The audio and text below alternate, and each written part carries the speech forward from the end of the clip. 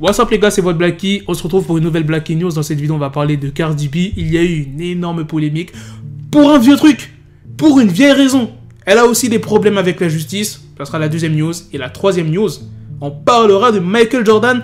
Un truc de ouf aussi. Vraiment que des trucs de ouf là dans cette vidéo. Sans plus tarder, let's go pour les news. Pour ceux qui veulent avoir des bijoux, chaînes, montres, bracelets, il y a le site We Are Chain Nation où tu trouveras ce qu'il te faut. Et en plus de ça, j'ai un code promo pour vous les gars de 30%. Regarde-moi cette belle chaîne. Tu fais commander, tu fais saisir le code promo et voilà, t'as ta petite réduction. Tu pourras tranquillement flex. Dans la nuit du dimanche 6 décembre au lundi 7 décembre, Cardi B a fait une très mauvaise erreur. Pour moi, c'est pas une erreur, t'as vu, c'est un truc normal, un truc banal en soi, mais tu connais, c'est les gens... Ils aiment pas trop ce genre de truc, tu vois. Cardi B s'est demandé si ça valait le coup d'acheter un sac à main qui coûte 88 000 $. Et ça n'a pas plu aux gens du tout. Pourtant, aux États-Unis, ils ont l'habitude de ce genre de trucs. Les gens qui flexent sur Instagram. Finalement, c'est pas qu'en France, les gens, ils ont de la haine ou bien ils sont jaloux. Cardi B, elle a rapidement réagi à la polémique. Elle a demandé à ses followers de répondre à son tweet avec leur donation à des associations caritatives afin qu'elle fasse une donation du même montant. C'était ça la polémique. Un truc tout con. Bon, après, je peux comprendre qu'il y a des gens qui sont dans le besoin, que c'est vraiment pas facile aux États-Unis, même en France, bref, dans tout le reste du monde, à cause du corona qui a freiné beaucoup d'activités. Mais est-ce que c'est une raison pour insulter Cardi B? Que ça soit Cardi B ou une autre personne, est-ce que c'est une raison? Non. Si la personne elle a envie de montrer ce qu'elle a, ou se demande si ça vaut le coup d'acheter telle ou telle chose, tu lui réponds, ou bien si t'aimes pas, tu réponds pas, tu vois. Genre, pas besoin d'insulter. Moi, c'est ça que je comprends pas, les gens qui insultent.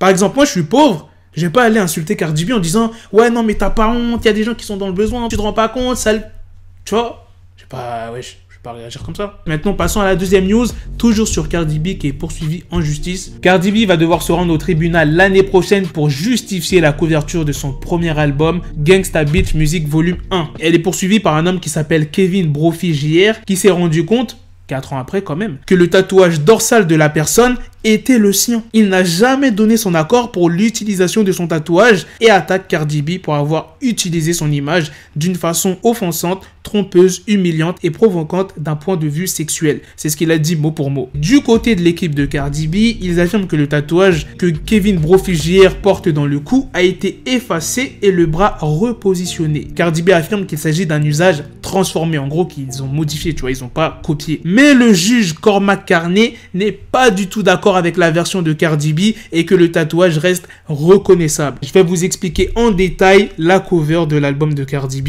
Tim Gooden affirme avoir été payé 50 $ pour faire rapidement un artwork avec quelques images qu'on lui avait données. Et après avoir rendu un brouillon, il s'est vu demander de chercher une autre image de tatouage dorsal sur internet et il a tapé tatouage dorsal dans Google Images et a trouvé celui de Kevin Brophy Jr., celui qui porte plainte contre Cardi B. Du coup, oui, on peut dire qu'il a volé l'image, mais en soi, c'est pas la faute de Cardi B, c'est la faute de ce Timmy Gooden. Et là, à cause de ça, Cardi B, elle est dans la merde.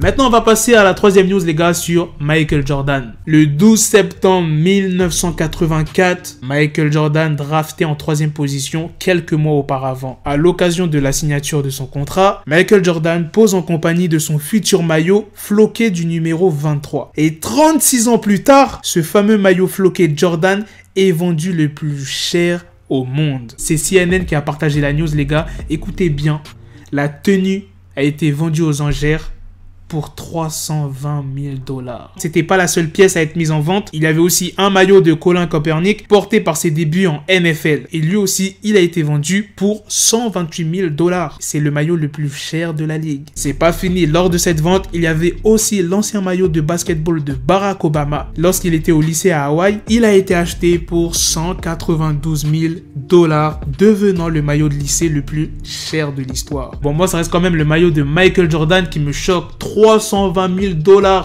pour un maillot. Et Askip, je crois qu'il l'a pas porté. J'ai pas envie de dire de bêtises, mais quand même s'il l'a porté. Il y a vraiment des gros collectionneurs dans le monde. Hein. Ça, quand t'achètes des pièces comme ça, c'est que t'as déjà tout. La vérité, tu sais même plus quoi faire de ton argent. Putain, ce sentiment, il doit être tellement bien. Hein.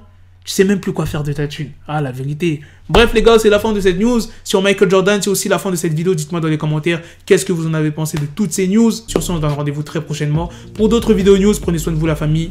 Peace.